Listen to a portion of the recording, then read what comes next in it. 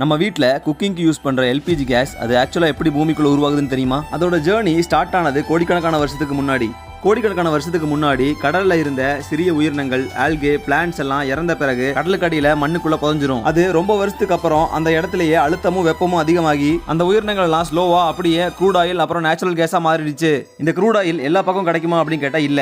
கோடிக்கணக்கான வருஷத்துக்கு முன்னாடி கடல் வறண்டு போன இடங்கள், அதாவது சவுதி அரேபியா மாதிரி இடங்கள்ல தான் க்ரூட் ஆயில் அதிகமா கிடைக்குது. பூமிக்குள்ள எங்க ஆயில் இருக்குன்னு கண்டுபிடிக்க சயின்டிஸ்ட் செய்ஸ்மிக் சர்வேங்கிற டெக்னிக்கை யூஸ் பண்ணுவாங்க. அதாவது பூமிக்குள்ள சவுண்ட் வேவ்ஸ் அனுப்புவாங்க. அந்த வேவ்ஸ் திரும்ப பவுன்ஸ் ஆகிற பேட்டர்ன் அனலைஸ் பண்ணி அந்த இடத்துல ஆயில் இருக்கா இல்லையான்னு கெஸ் பண்ணுவாங்க. ஆயில் இருக்க சான்ஸ் அதிகம்னா அங்க ட்ரில்லிங் ரிக் வச்சு பூமியை 2 to 4 கிலோமீட்டர் வரை ட்ரில் பண்ணுவாங்க. அதுக்கப்புறம் பைப் மூலமா க்ரூட் ஆயில மேல பம்ப் பண்ணி எடுக்கிறாங்க. இந்த க்ரூட் ஆயில டைரக்டா யூஸ் பண்ண முடியாது, ஏன்னா இது ஒரு மிக்ஸ்டு லிக்விட். அதனால அதை பெரிய ஆயில் ரிஃபைனரிக்கு கொண்டு போய் அங்க ஃபிராக்ஷனல் டிஸ்டிலேஷன்ங்கிற ப்ராசஸ் நடக்கும். அதாவது க்ரூட் ஆயில ஹீட் பண்ணி அதுல இருக்கிற ஃபியூயல்ஸை வெவ்வேறு டெம்பரேச்சர்ல பிரிக்கிறாங்க. அதுல இருந்து தான் petrol, diesel, kerosene, jet fuel மாதிரி பல எரிபொருள் கிடைக்குது. அதுலயும் க்ரூட் ஆயில் ஹீட் பண்ணும்போது மேல வர லைட் கேசஸ் தான் முக்கியம். இதுல மெயினா இருக்கிற கேசஸ் தான் புரோபேன் அப்புறம் பியூட்டேன். இந்த ரெண்டு கேசஸை அதிக பிரஷர்ல கம்ப்ரஸ் பண்ணா அது லிக்விடா மாறும். அந்த லிக்விட் ஃபார்ம்கள்ல இருக்கிறது தான் எல்பிஜி சிலிண்டரா ஃபில் பண்ணி நம்ம வீடுகளுக்கு அனுப்புறாங்க.